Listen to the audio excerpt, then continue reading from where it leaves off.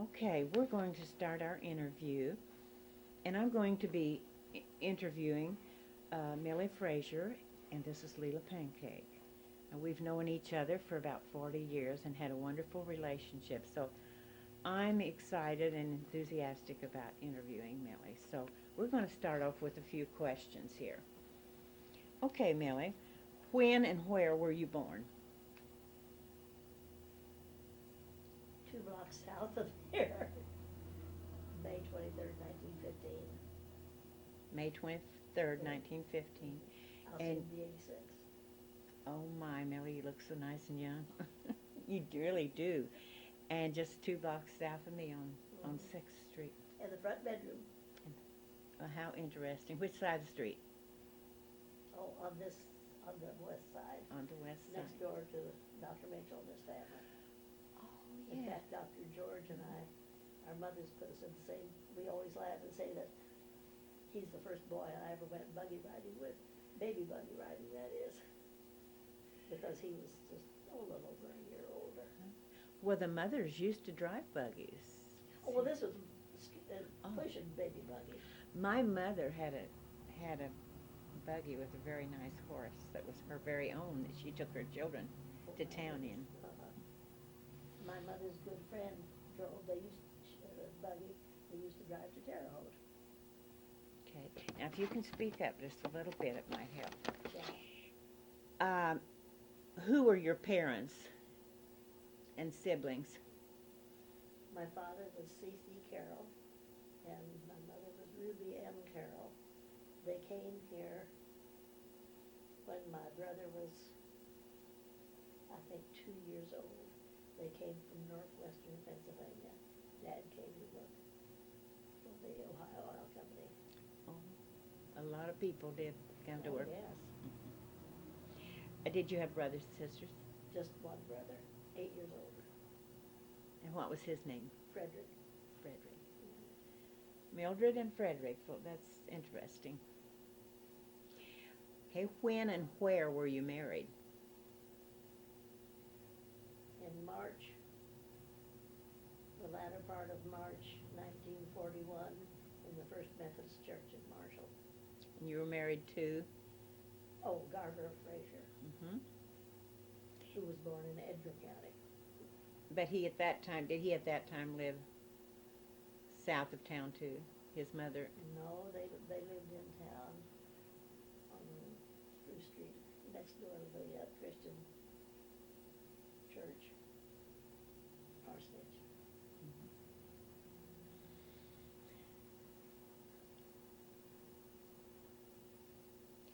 So that makes you living in this community about how many years? Nearly all my life. I have been out of Clark County, really I have, but I sound terribly provincial when I say Well, that. that's all right. I have lived here almost all my life. That makes it interesting to interview somebody that's always I lived sang there. school years and teaching years away from here, and World War II years. I love the recognition they gave you not too long ago in the newspaper. I was so surprised, then I was embarrassed, and since then I've been thrilled to death. Sure. It was a nice write-up, I thought. Wasn't it? I bet you had a lot of nice neighbors then, didn't you? As you said, Dr. Mitchell was one, and Yes. his family Although was. we left that house when I was 3 and moved to the 400 block of North 7th Street. Mhm. But I had kids to play with. We were next door to another doctor then, to Dr. Haslett and his family. And they lived, They lived next door west. We lived on the corner at 42, and they lived Ash Street was the side street, and Dr. Mitchell lived in the middle of Ash Street. Millie, who built or bought the house where John Tarble lives now? That house was there when we moved there. Let me see. Who was it that did that house? People put the name of Ziegler lived there when we moved there. But They weren't the builders. When we moved here, there was a doctor that was living there, and Oh, Dr. Mitchell, an uncle of, or Joe. brother of the one that we lived next door to. a brother to George or No, a brother cousin? to his dad. Oh, I see. George is an only child. Hmm. So it was a brother to George's dad Yes. that lived in that We house. had 3 Dr. Mitchells in town. The 2 MDs and then Dentist. the dentist. Mm-hmm. Well, you lived in a nice neighborhood then. We had good neighbors. And did you go to school here in Marshall? Yes, all the way. All the way. We did Graduated. not have kindergarten then, but grade 1 on up through senior in high school. Graduated from Marshall High School. Yes. What memories of your education would you like to share? Is there anything special about your education that you would like to share? I think I loved it all. I loved my teachers. I thought they were all just wonderful. Miss Gilbert was my first grade teacher. And I don't know about a favorite. That would be hard to find. Well, I don't want you to be afraid to say anything, just like, how do you feel that the teachers or the schools have changed today as to what they were then? Of course, I'm not as close to the schools now, so I really can't give a good answer there. I don't know, maybe I just accept things too much, but I've been satisfied all the way through That's a good answer. going and teaching, and I bristle up when anybody says anything against the schools. Righto. Okay. What can you give me that sticks out in your mind as you were growing up? Do you have a favorite time period or a favorite friend? Well, I had several awfully good friends. Margaret Cork, Isabel's younger sister, was my closest friend. In fact, we cut our arms and mixed the blood so we would be true sisters. Well, that's interesting And I too. keep in close touch with her. She has died now, but with her daughters. Okay. Now, I think I could almost answer this for you, but I'm going to ask you, what was dating like for you? And of course, you already told me you were married in 41, didn't you? Yes. Well, my date had to leave, I think it was by 10:30. And he was always embarrassed because he would stop uptown at we called it the Greeks then, the hangout. And they would say, hey, Cece sent you home, didn't he? No, I couldn't have a date till 11 o'clock. But I think everybody else did. That was the time limit Yeah. then, Mm-hmm. and that was kind of same in our family too. But I'm not sure that was all bad either. No, I don't think it was. So you thought it was pretty fancy then when you got away from home, when I went away to school, and I think 11 o'clock and maybe even 12 o'clock was the normal time for dates to end then. And I think that was good, because there were some stipulations on when people weren't ready to go out on their own, you know. True. I think maybe that's a little bit bad for now, that there's no time limits or Yes, anything. we lost some good things. Gained some good things. Right, we gain good things every day, but we have to watch out or we lose some very good things Yes. too. I don't want that in too much. And of course, you can give us your favorite pastime and your leisure activities, but My literature teacher asked me that when I was a sophomore in college. And I guess I told her reading and sewing. And she was shocked because I was not more active than that. I often think of that. I've become more active those were both sitting things, Mhm. and music. Now, you told me you taught music. Uh, did you play an instrument? Only the piano. Yeah. Do you still play some? Very little.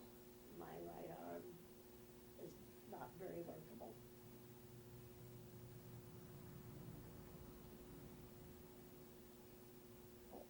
What was cooking and preparing meals like then? Well, Mother and I always cooked together when I was at home, and it was surely a lot easier than it is now. Just to have somebody else to be working with you.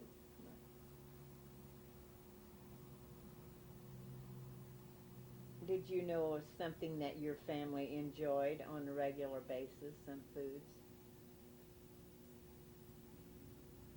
I think we enjoyed everything.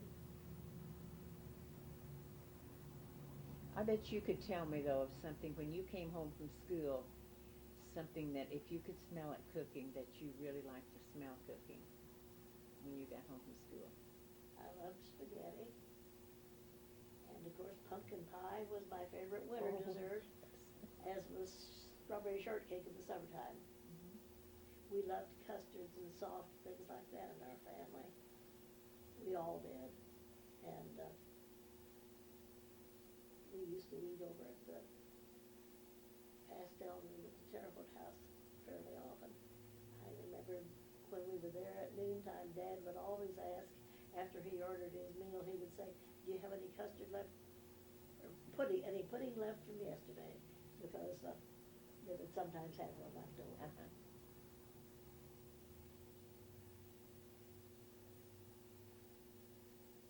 Well, the eighth question is, what job career did you have? Librarian, mostly. Taught school some. When I was unit librarian, I remember telling, we had periodic meetings among school librarians, and I remember telling them, now whether you think it or not, you act like you think this is the most wonderful job in the world, and be sure that you show that. To me, that was very important.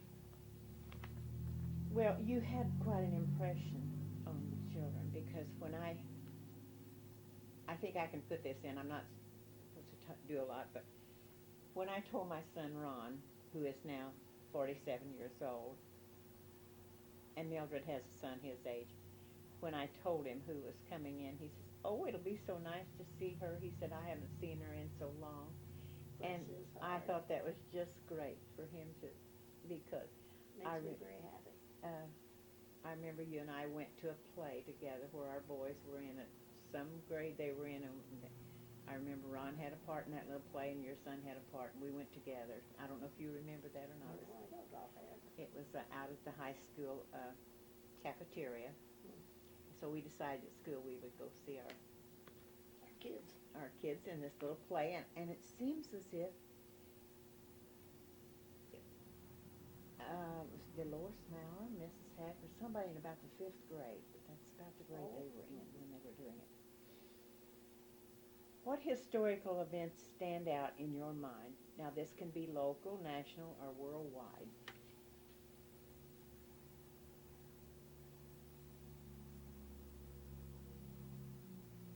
That's a hard one to answer offhand.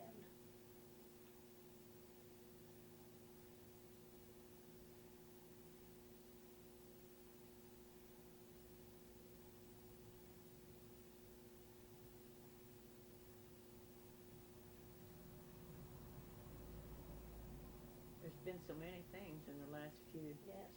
With television, we are so close to the things. So close to everything. And of course, I suppose one of the things that's most impressive, but most tragic, was when Kennedy was shot. I remember right where I was when I first heard it. Really, I remember right where I was too. I had gone up to the North School to take some books, somebody up there had heard it. Just couldn't believe it. It was just, same here. I thought it was very impressive to the children that were in school, too.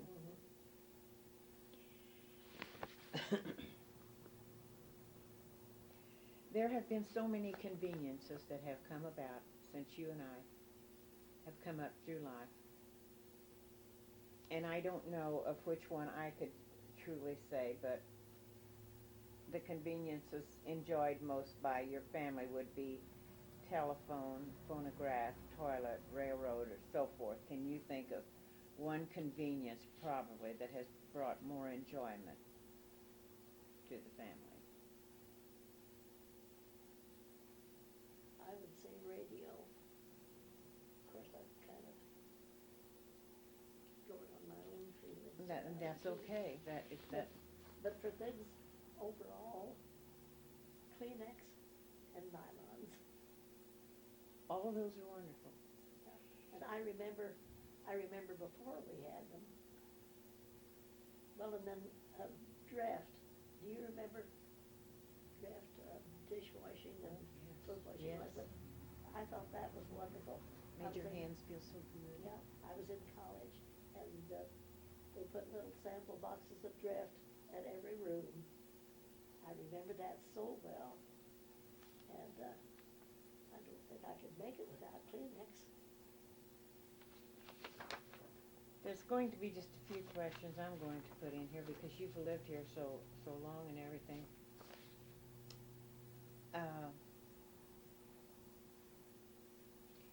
The enjoyment that you had when there were more stores downtown was quite different than today, wasn't it? Yes, it was pretty nice. I remember shopping when I would finish up my shopping on Christmas Eve, and Wayne and I would do it together. And they would wrap every gift. You go uptown, music was playing. Yes. And they would wrap our gifts for us, and it just felt so lighthearted, and there were so many places to shop. Oh, yes.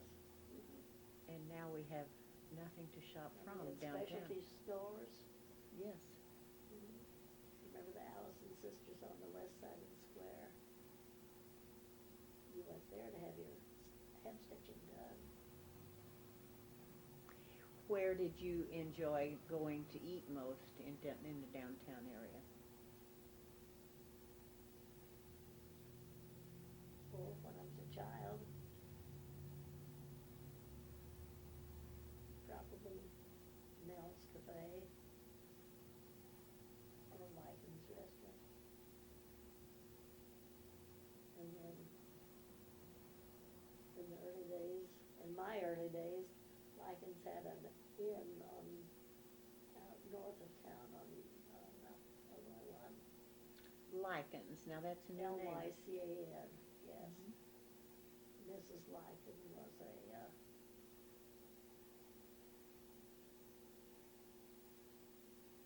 was a Blundell, I'm pretty sure, yeah. And they were all at the restaurant business. As you were Anyway, growing, the inn north of town was the Plymouth Rock Inn, and that was, seemed pretty special to have something like that. as you were growing up, did they have a teenage hangout place uptown? Well, we called it the Greeks because it was the Holocaust brothers that had it, and it's, whatever, what's there now? Next to Jerry Wallace's drugstore, or jewelry store, next door. Was it on the corner? No, it was, The next one down there doesn't seem to be anything in that building. well, that's where it was. Well, it was called the Candy Kitchen. Oh, later I know, that's where, it was here when we came here. Oh, was it? Yeah. So that That you were was, that was the place where everybody went. And then, of course, you could always get sodas and things at the drugstores, and they had the Oh, soda gee, fountains, yes, yes, at that time. And stools where you could sit down, and those little ice cream table chairs. Well, I know that I've certainly enjoyed living in Marshall in the times I've lived here, and if you say you've lived here most of your life, I'm sure you've enjoyed living Yes. here too. Of course, we had the movie theater too. And see, I didn't ever get to see that. No, That was gone that when we moved here. burned before your day. Not long, I don't think. I think Ronnie Ellington said, I don't know what year it burned, but we came I here don't in remember.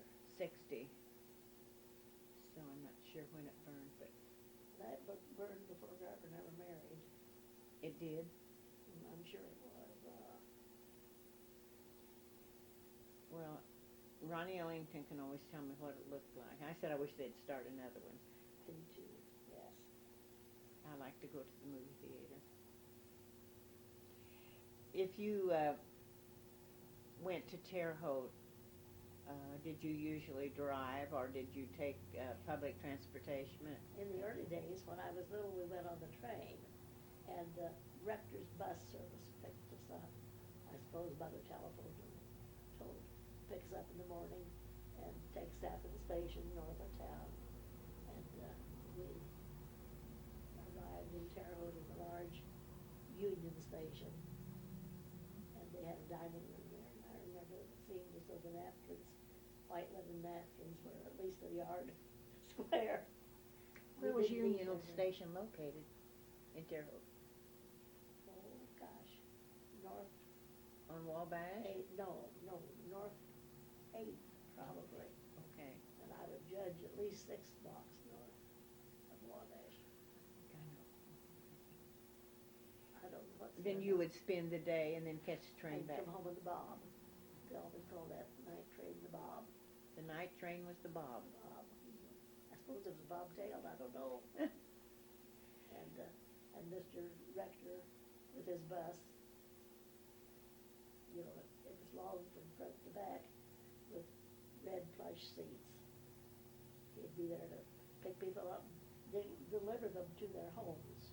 Now this was Mr. Rector. Rector, yes. And we had where the post office is, that was Rector's bus barn. I believe it was Rec. That's where the buses were kept. That's very then- interesting, Millie, Then because later on we went by a bus, and I think it was just a local bus. Greyhound went through here, but this was a local Wabash Valley bus probably. I think came up from Robinson and would stop at several places between here and They had a bus stop when we moved here. Well, I never did ride the bus anyplace, but it used to stop at the Archer House, I know. That's true, yes. Now that probably was the Greyhound, but this was a local one that we went to Terre Haute on. And a lot of people used the bus, people that worked in Terre Haute went back and forth on the bus. And then later on, much later, we drove after Mother had a car. And of course your husband was into the restaurant business for quite some years, wasn't he? Yes, not when we were married. Not when you were married, but No, he later. worked for